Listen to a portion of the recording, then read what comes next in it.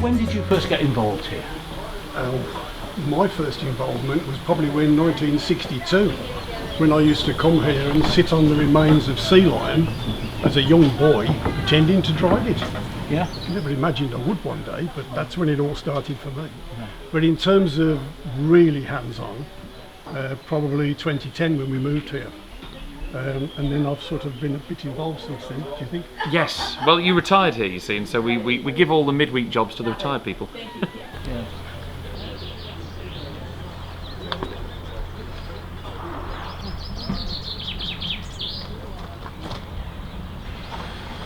And so the operation obviously relies on volunteer help. How many volunteers have you got? Oh, well, it doesn't, it purely relies on volunteers. There is no paid help here whatsoever.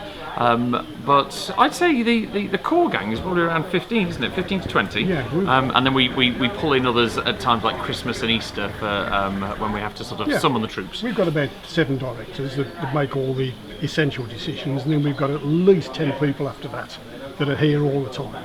And they do electrics, carpentry, plumbing, all sorts of things. We're very lucky in having a limited amount of people, all with specific talents, and we've just got a bit of good fortune at this moment, and it's good.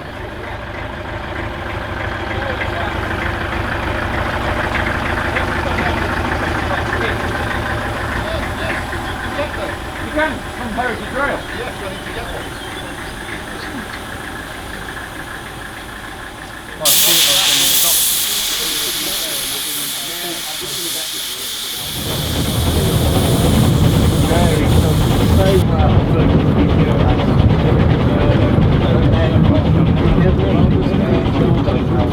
What are passenger numbers looking like? Last year, this year? Last year was a record year. Last year was a record year. Yeah, and our special events, the big one here is Christmas. That's 2 weekends just before Christmas. And the figures, what were they last 6,000 year? 6,000 odd people in a very limited amount of time of running. But Alex came up with this idea of having time slots, and that works particularly well, down to quarter of an hour. So we can shift those bigger numbers than ever without any queues. And we've just done the same thing with Easter bunnies, with the same time slots. And what was the numbers for that? 3,000? It was about 3,000 for Easter. People. And So then we've got the brand new Hop Journey trains, the Halloween trains for those of you off island. that's the first time we'll have done that, but it's going to be different because we realise that other railways that are well established doing that, it's quite frightening for a lot of people. So we decided to do really for the young ones. Not so scary. And not so scary. So that's the first time. That's going to be October this year. But generally speaking, the numbers throughout the season, even after COVID, we were absolutely amazed that it was people were desperate to come back. So we're looking good.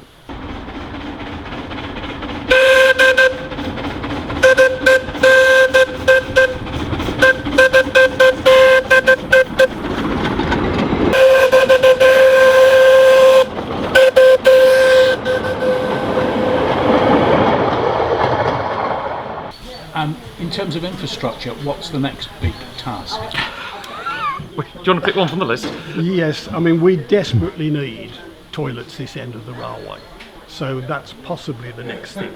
Things have happened here a bit quick. This new shop was a biggie for us. Getting the shop built was not a problem, but doing the frame foundations took only 2 years.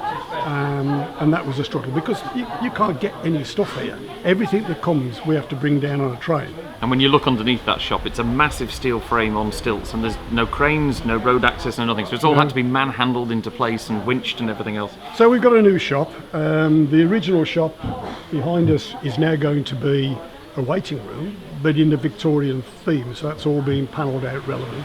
And we've been collecting for a number of years some artefacts, not just from the railway, from the Glen.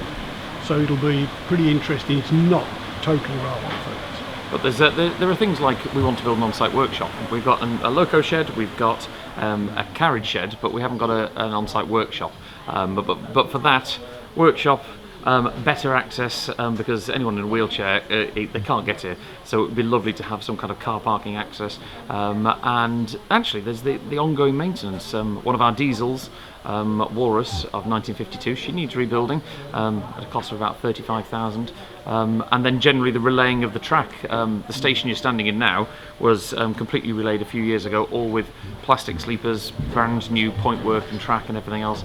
And that's, you know, 40, 50,000 pounds worth, which for such a small operation is difficult to find. So there's always challenges.